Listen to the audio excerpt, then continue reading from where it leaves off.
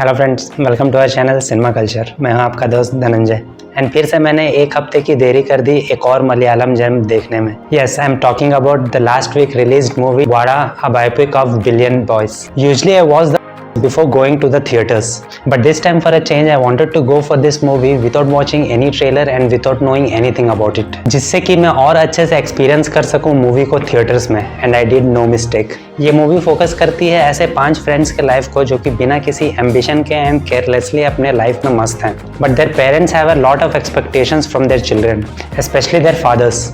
उनके फादर्स ये नहीं चाहते कि ये पांचों एक साथ रहें, because they feel that this friendship will not make them succeed in their lives. अब इन 5 दोस्तों का क्या होता है, क्या वो साथ में रहते हैं या नहीं, क्या वो आखिर में अपने लाइफ में सक्सेसफुल हो पाते हैं, and what is the role of their fathers in this. You will get to explore all this in this movie with a lot of crazy fun. Movie start होती है एक कैरेक्टर के voice over से, which gives you the whole idea about the movie.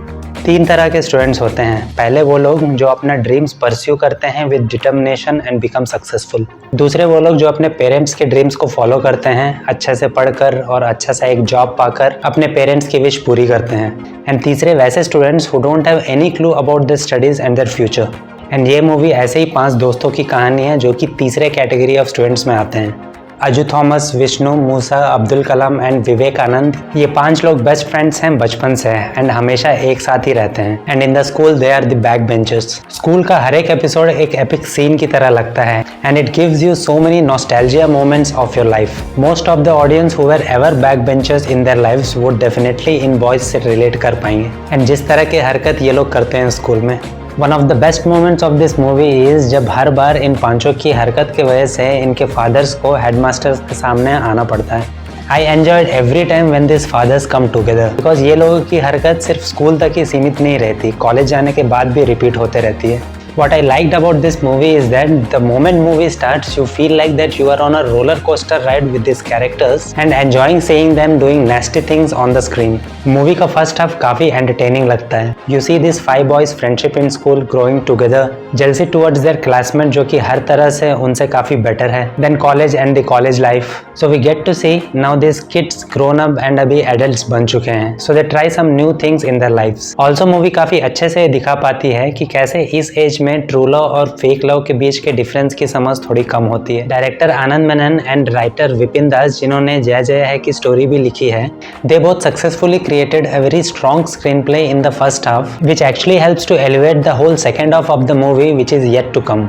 And उसका start होता है एक बेहतरीन कैमियो एंट्रेंस के साथ of Basil Joseph as a police officer in the interval block. I really have to appreciate both director and writer, because जिस तरह से बेसिल जोसेफ के कैरेक्टर को उस सिचुएशन में यूज किया गया है, दैट वाज वेरी इंप्रेसिव।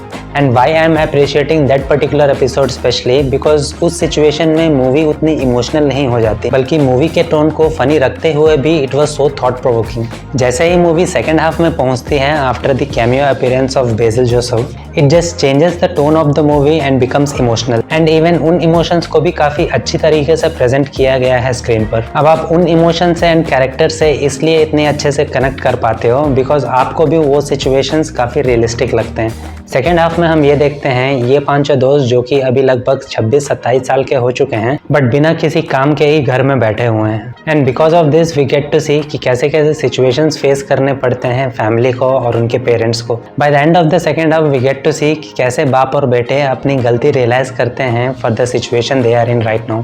एक फादर ये रियलाइज करता है कि बच्चों को बेसिक नीड्स देने के साथ साथ समय देना भी काफ़ी इंपॉर्टेंट होता है, और एक फादर ये रियलाइज़ करता है कि ग्रोइंग एज में दोनों पेरेंट्स का बच्चों के साथ रहना कितना इंपॉर्टेंट होता है, भले वो पेरेंट्स वर्किंग ही क्यों ना हो। कुछ रियलाइजेशन सीन्स तो और एपिक इमोशनल लेवल में पहुंच जाते हैं। I am very impressed by the way the maker showed all the 6 families parallelly during these emotional episodes. I also like the way the director showed some emotions on the screen. There is a scene in a movie where a father and his son goes on a bike.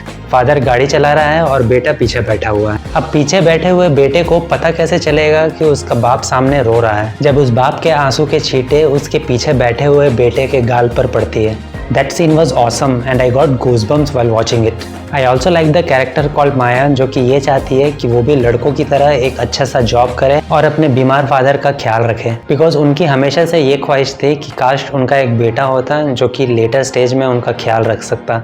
ये movie ऐसे कुछ situations and common issues को बड़े पर्दे पर present करती है जो कि ऑलमोस्ट हर घर में हमें देखने को मिलता है। It looks very realistic to watch this characters and the situations on the big screen. Having said that, movie में कुछ ऐसे सिचुएशंस है जिन्हें काफी कन्वीनियंटली डाइवर्ट कर दिया गया है for the sake of its screenplay, and you might feel that this is not close to realistic. And जिनको इस चीज से प्रॉब्लम है उन्हें मैं कहना चाहता हूँ this is a movie, so just relax and try to look at it as a movie जो कि एक अंडरलाइन मैसेज के साथ साथ खूब एंटरटेनमेंट भी दे रहा है। Movie, cinematography, dialogue, everything adds to the quality of the movie. We also get to see some creative storytelling as well in some parts of the movie. हर एक एक्टर ने इस मूवी में बढ़िया काम किया है। All the 5 actors who played the students are great. उसी तरह all the actors who played their fathers also are great in the movie. But the show stealers are no doubt the actor who plays Musa and his father. जिस तरह से उन characters को लिखा गया है उसकी वजह से भी ये दो एक्टर शाइन होते हैं मूवी में। Everybody gave solid performance in the movie and did justice to their respective characters.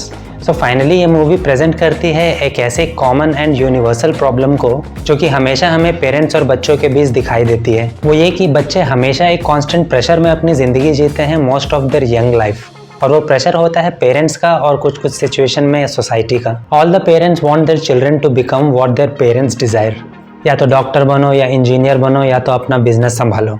वाड़ा का एक्चुअल मीनिंग होता है मलयालम में केले का पेड़, but the same word can be use to mock any person, जिसका मतलब होता है गुड फॉर नथिंग। एंड ये मूवी आपको ऐसे ही एक ग्रुप ऑफ फ्रेंड्स जो वाड़ा के एक मीनिंग से दूसरे मीनिंग के ट्रांजिशन की जर्नी को दिखाती है with a lot of fun. And the movie's tagline is very apt to its story which is a biopic of billion boys, at least it is true for Indian boys. That's all in this video. अगर आपने movie already देख ली है please let me know कि आपको ये movie कैसी लगी, और अगर आपने अभी तक ये मूवी नहीं देखी है I would definitely recommend you to go and watch the movie.